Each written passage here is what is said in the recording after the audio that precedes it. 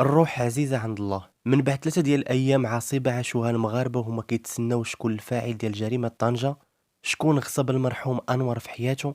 اليوم المديرية العامة للأمن الوطني خرجت ببلاغ كتقول فيه باللي السلطات الأمنية ديال طنجة بالتعاون مع السلطات الأمنية ديال تطوان شدوا المشتبه به الأول في الجريمة. هنا غتوقع المفاجأة.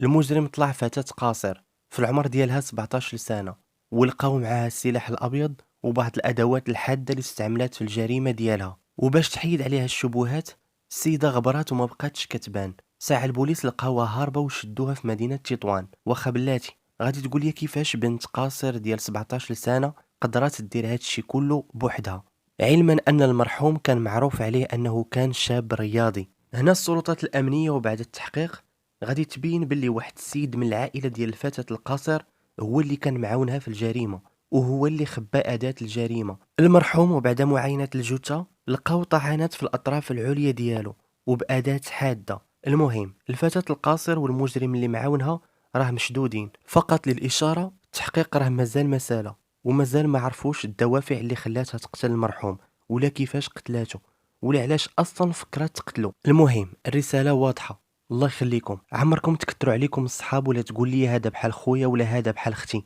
راه ما بقاتش شي حاجه سميتها الثقه، ولا غير الغدر والحسد والنفاق، وما بقاوش كيفكروا يصيفطوك غير الحبس، ولاو كيفكروا يصيفطوك ديريكت للاخره ويشوفوك مكفن عاد باش هما يرتاحوا. حسبنا الله ونعم الوكيل. الله يصبر الام ديالو مسكينه اللي كانت موحشاه وكانت حاسه بشي حاجه ما هياش، حيت صونات وعاودات ولكن التليفون كان طافي. ناضت على الصباح من العريش ومشات طلع عليه في طنجة، حتى كتصدم باللي ولدها والكبده ديالها مذبوحه قدامها. رحمك الله أنور، وجعل مقامك في مقام الشهداء والأبرار، وارزقك اللهم الفردوس الأعلى، وإنا لله وإنا إليه راجعون.